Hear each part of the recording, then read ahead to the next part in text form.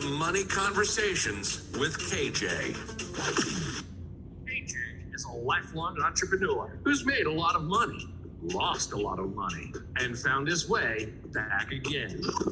If you're looking for a sterile how-to, you're in the wrong place. KJ and his guests will walk you through real-life situations told by the people who live them, and they are as messy as they are inspiring. Each episode will offer lessons learned, advice on how to replicate successes and avoid pitfalls, and a new perspective to power your financial literacy. Far from a one-size-fits-all, this podcast can help you build a roadmap to your personal promised land. Milk and honey for some, whiskey and steak for others, and remind you that you're not alone on this journey. Well, welcome back, everybody. I'm your host, KJ. And today I have a guest. It's a good friend of mine. We live in separate cities, but we keep in contact. Mr. Bruce Dinger. Bruce, welcome to the program. Thanks. Good to be here, Kevin. Awesome. Really appreciate you coming out and sharing. I think we're really going to get some good value and share some really cool things with the audience. Our points of today we're going to talk about, because Bruce is he does a lot. He's an entrepreneur and he does many things, but he's really, I think his expertise is in trading, and we'll talk about that. But first, Bruce, let's talk about, because I want the audience this is learning about financial literacy, and I like to talk with stories about how it started for you. How young were you when you started to think about money and using it as a tool of leveraging? You know, I think it goes back. I grew up in a household that my dad was served in the military for 30 plus years, and then working for civil service for another 30 years. So in a combination of about 60 years. And I saw them, I was raised with really, go out there and work hard, and that's how you're going to be successful. My dad always told me, he says, the way to be successful in life is get familiar with the two letters of the alphabet, O and T. You know what that stands for, Kevin? Oh, go ahead. Yeah, overtime, baby. Overtime. Yeah, overtime. So, the whole thing is, I looked at it and I thought, gosh, it never felt right for me just always trade in my hours for money. I thought there's got to be a better way, and I knew there was, because I've always been a big reader, and I've read about other successful people that were most of them were investors, or they started their own business. They were entrepreneurs. So, but the thing about my dad and my mom, they taught me a really, really strong work ethic. So that I have to be thankful for. But just a different mindset in terms of how you value the day, your time, and whatnot. So I do things, early on, I said I'm going to make a shift. And it probably took me, I'm going to say, all throughout my 20s.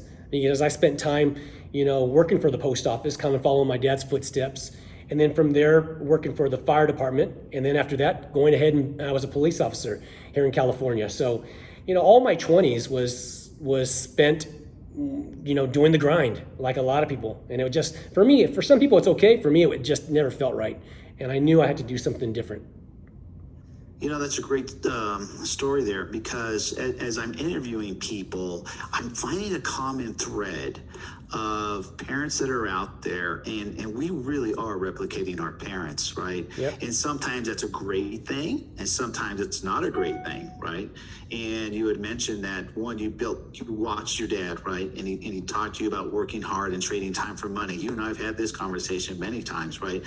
We both know trading time for money is never really going to make you wealthy. You could probably make a decent living at it or whatnot, but ultimately, bringing value to whatever marketplace you're in and leveraging somebody else's time can definitely make you a lot more money. So great to know that your parents did a great job, because out there, I say it on almost every show now that, parents can't teach what parents don't know. Right.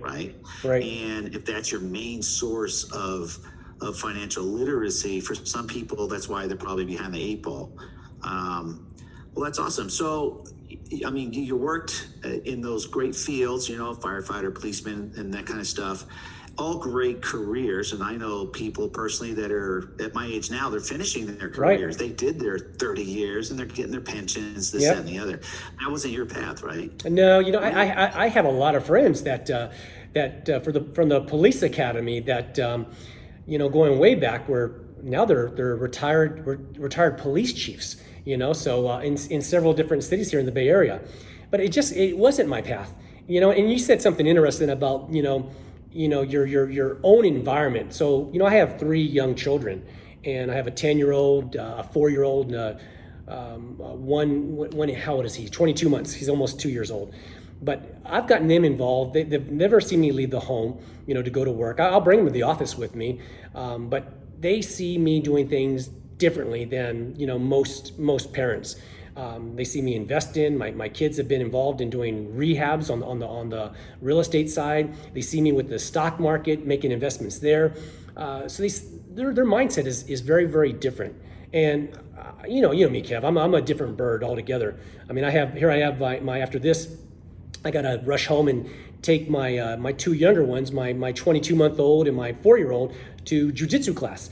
So I got them started in. It's just my mindset. I don't believe in limitations. I'm not saying, for someone who's listening, that working for somebody else is wrong. It's just not for me. And I'm setting my kids up to really achieve whatever they want to achieve in life. My oldest daughter's always asked me, "Daddy, is that possible?" I said, "Baby, anything is possible if you're willing to put the time in and willing to put the energy in." And it's just my core belief. It really is.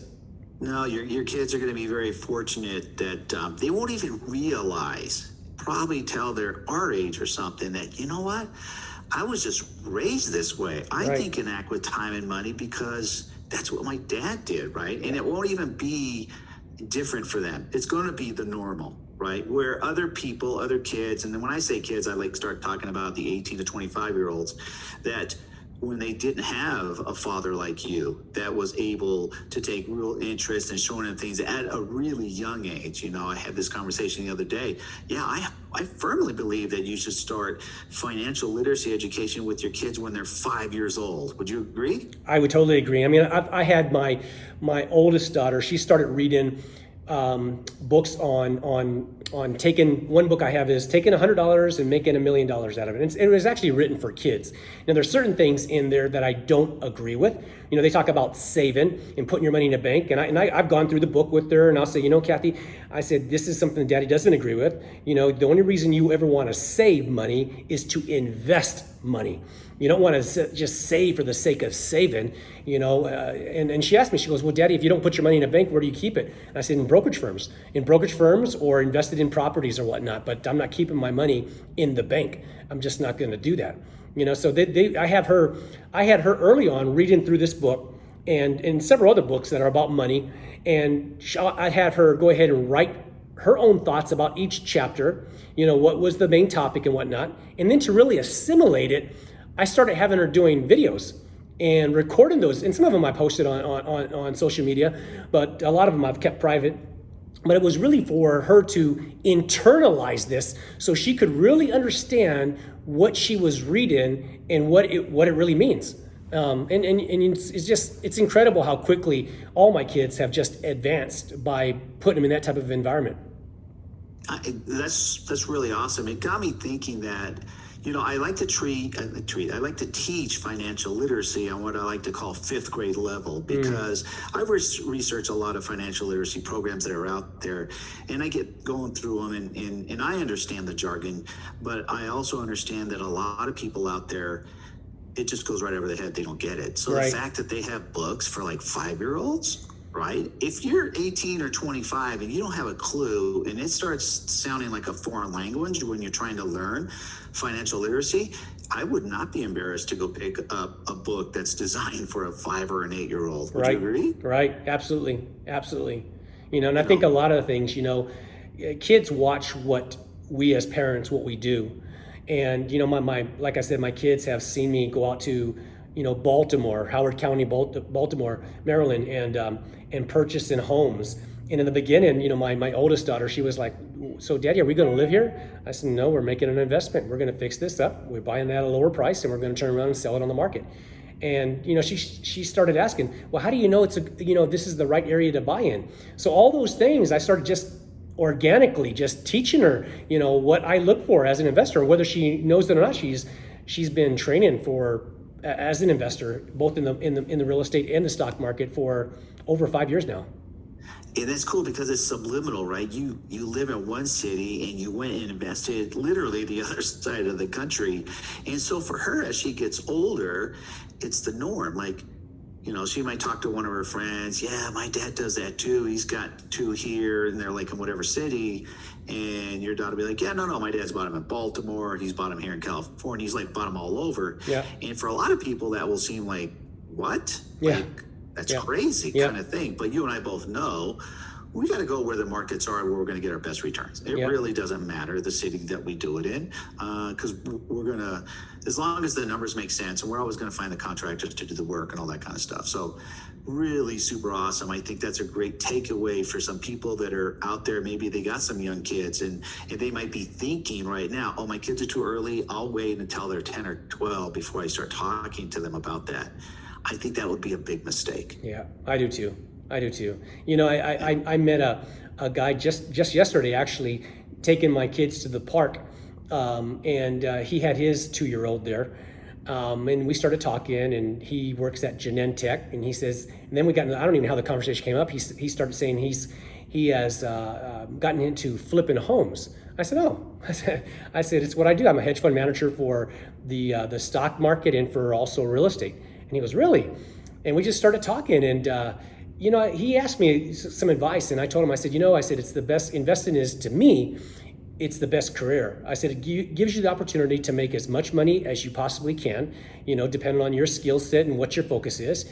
And I said, you also get back your time. You really do. I mean, my kids, again, going back to my oldest daughter, because she's the one in school, you know, some of her teachers have asked her in the past, you know, how come it's always your dad that they're really trying to figure out, am I married and am I a single father? That's what because she'll tell me, she'll say, yeah, Dad, they were asking me, how come it's always you that's going to the school events and the functions and whatnot? I've just kind of designed my life, and investing has allowed me to do that. So I feel very, very blessed. I really do. So anyone that is even thinking about learning about investing, I would say, why wait? Do it.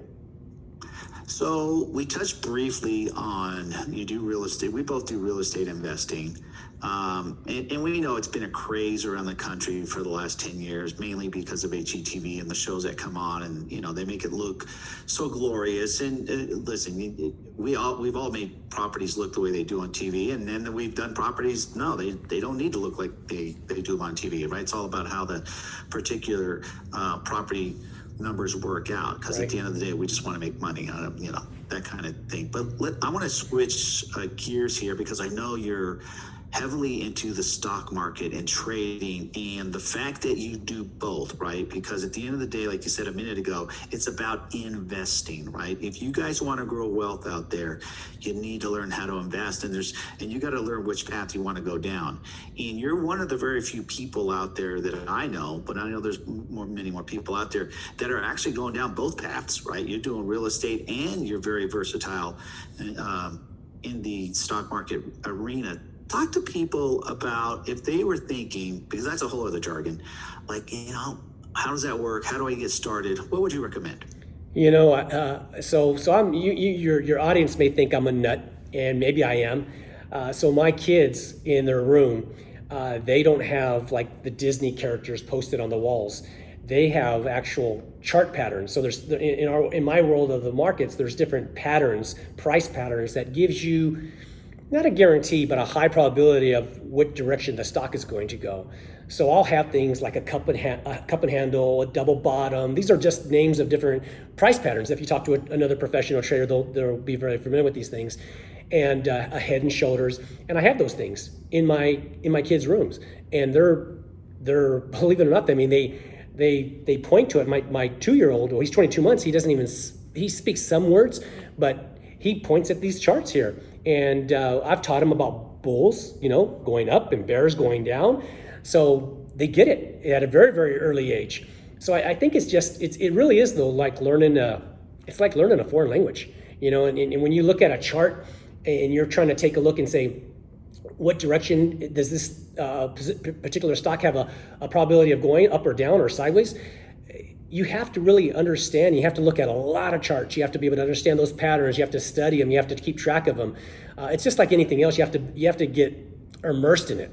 It's like, I speak Chinese fluently, and I learned that language not being here in the United States. I went to the university in Taiwan and got my degree over there, but I lived there and was immersed in the language. And that's the same thing with anything. The same thing with the stock market. You have to immerse yourself in that business. And I think the quickest way, people are always saying that, well, how do you find a shortcut to success? Copy somebody. Find somebody, a coach, a mentor that's willing to. And there's not many guys out there that will be willing. I know myself. I used to coach. I don't anymore. I have too many things going on. But you have to find a coach that's willing to take a transference of their education and experience and give it to you. That's one way. Okay, and again, I know vaguely. My extent of money in the market is through index funds and my Roth and those types of things. So just safety, let the professionals type handle it. But not a lot of people, they can get out there and jump in that game. And if you don't know how to play that game, boy, can you get hurt, right? Yes. Yep. You can. It's one of those things. You could get lucky and make I think it's like coming to Vegas, right? It's funny, this story. It's very common. People that come to Vegas for the very first time, they win. Yeah. It's the worst thing that could happen to somebody is to come to Vegas and win some big jackpot, because then they come back chasing for God knows how long the rest of their lives. Like, I can do it again. I can do it again. I would seem to think playing the stock market on your own could be the same thing. It can be. To get lucky. Yep. I mean, I manage the wealth for a lot of different clients, and they have a lot of them. They enjoy the markets, but they realize they can't do it by themselves. Either they don't have the time, they don't have the knowledge and experience, or a little bit of both. If they're smart enough to realize that, hey, hand it over to the professionals and let them deal with it. Yeah, because you can definitely, again, like you were saying earlier, that most people's mindset isn't even remotely thinking about, my money's not going to be in the bank, right? Because your money could be in the market. It's like being in the bank because you can access it. It may take you a day or two, unlike the bank, immediately drive down to the corner and withdraw $X. Right. But you'll always have that kind of money laying around anyway. But the bulk of your money definitely should always be invested, working somewhere, real estate, stock market, those types of things. So that's really good. What kind of an action plan would you have somebody, or would you suggest, let's say we're somebody out there listening right now is in their mid-20s, they've got a decent job, and they go, I got an extra 10,000 or 20,000, and I want to kind of get started. What kind of an action plan would you say would be good for them? Yeah, it depends on what path are they taking. If they want to learn investing, whether it's the stock market or whether it's real estate, I would say don't be cheap. Hire somebody, hire a coach. I'm a big believer in that. I mean, I'm also NLP certified, neuro-linguistic programming, because a lot of people think, oh, you're gonna, you want to become a coach and helping to unlock the doors for someone's subconscious mind. No, for me, it was. In my business, in the trading business, particularly, you have to really be able to be on your A game when the market's opened up. I mean, you and I had the conversation about today how the market was crazy at the end for some news that hit the airlines, the wave lines, and your mind has to be right. You have to see things clearly. You have to put your emotions to the side, and that all takes tapping into to the right mindset. So I hired a coach to help me unlock that subconscious mind, and just the same thing with anything I've done in life is hiring someone that you respect, that you know is going to help you to become a better investor or whatever it is that you're going after. To me, that makes the best sense. That's the first starting point I would do, is to seek out professional help. No, right. Well, what sounds great, and you and I have both done this, invest in yourself, Yes. right? There's just, before you go throw your money into places as a 100% novice in any spectrum, invest in yourself, in a mentor, a coach, some sort of program that you could start to learn at least the baby steps of whatever it is you're getting into. And we're all different learning curves of Yep. people out here, right? Some people can just snap that up real quick, and other people may need, a little hand holding a lot longer. That's great advice, because you and I both invested in ourselves and the different things that we do. And in today's world with technology, compared to the days you and I grew up, I mean, it's all at their fingertips. It is. I mean, I'm just. It really goes back to what your core belief is. I believe that having a coach collapses time frames. I mean, it's take a look at. I could easily go ahead. I've studied martial arts for years now. I could easily go ahead and spend time teaching my kids, and I do. I practice with them and whatnot, but that's not where I see them growing. I go ahead and I've sought out some of the best coaches, like the one that they also take Taekwondo. It's with the guy he won the gold medal from the Olympics in Taekwondo, and Herb Perez. So Grandmaster Herb Perez, he's their coach. It's the same thing with jiu-jitsu. They got a solid jiu-jitsu coach, but it's being able to take a look and say, let me get somebody who is a professional, depending on what path you want to take, and hire them. That's going to be the first step I would take. Yeah, I mean, you just said a phrase which it went so fast, and I want to make sure people understand this, which is when you invest yourself, all you're doing, forget the amount of the money that you're investing, is you're collapsing time. Yeah.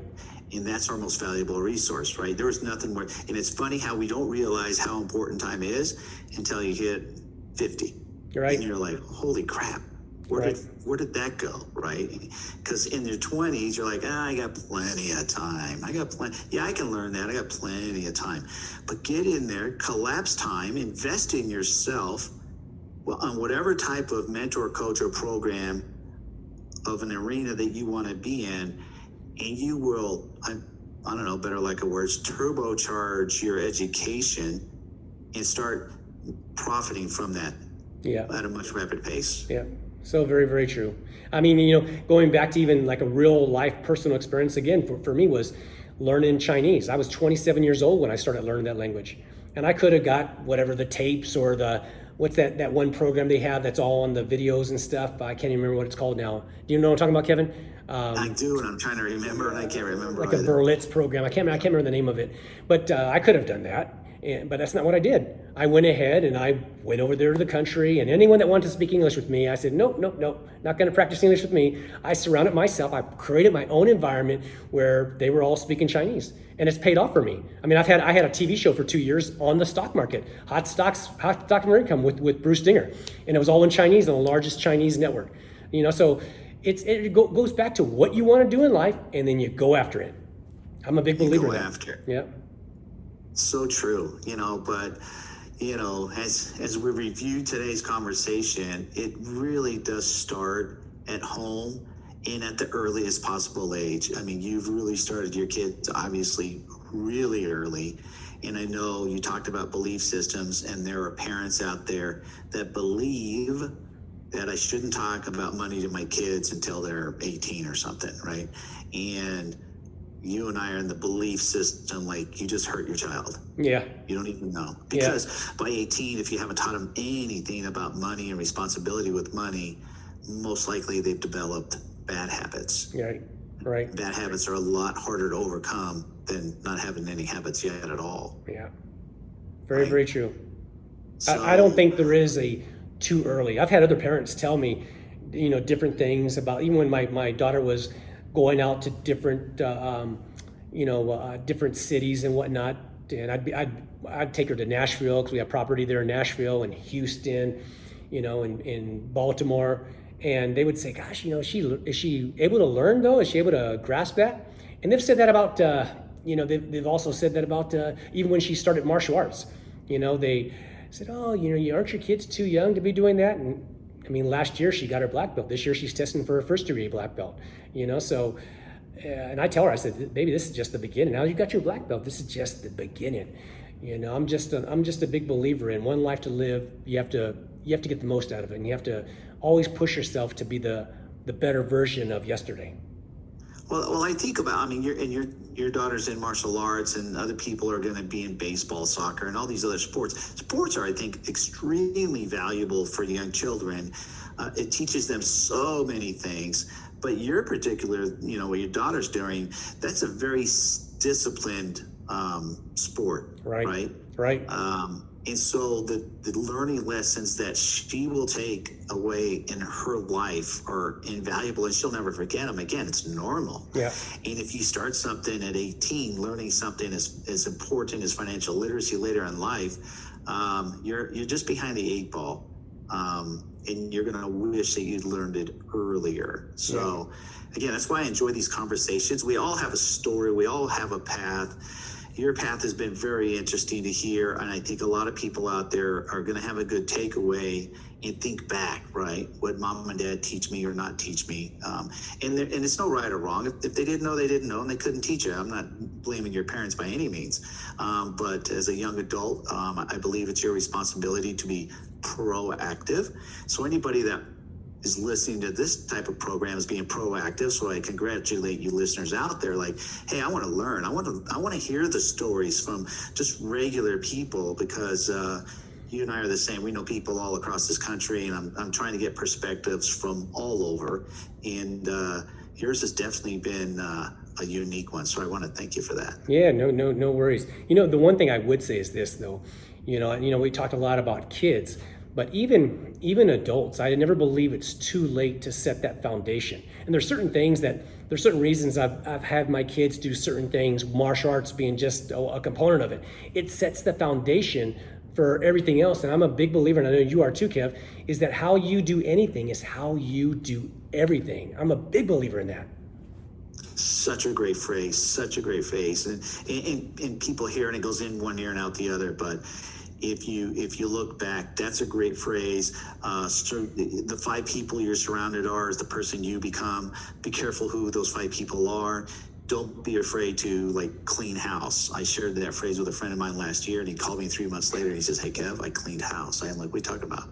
He goes, "You told me the 5 people." He goes, three toxic people were in my life, and I told him very politely, I can't associate or talk with you anymore. I'll see you maybe on the holidays. I'll be cordial and hi, but we can't be hanging out no more. So I think it's very important that that's a great learning lesson. Along with that, how you do anything is how you do everything, for sure. Yeah, absolutely. So well, listen, I appreciate you coming on. It's been great, and I know some people learned some really good stuff out there today. It's powerful, it's strong. Investing is the only way to what Bruce and I are going to consider real wealth. You can make a nice living and support your family with the JOB. That's definitely not your path or my path. We're investors now by nature, and we didn't even get into all the tax advantages of being a professional investor versus a professional JOB, right? W-2 earner. So thank you for that. So again, you guys, if you believe that we gave you value today, right, go ahead and subscribe to my channel, to my podcast channel. And for those of you out there who might be watching on YouTube, smash that like button and also subscribe. Again, we're going to be releasing these podcasts every Wednesday. So come on back and listen to the next one. Bruce, thanks for coming out. Thank you. It's been awesome, and I really appreciate it. All right. Thanks, Kev.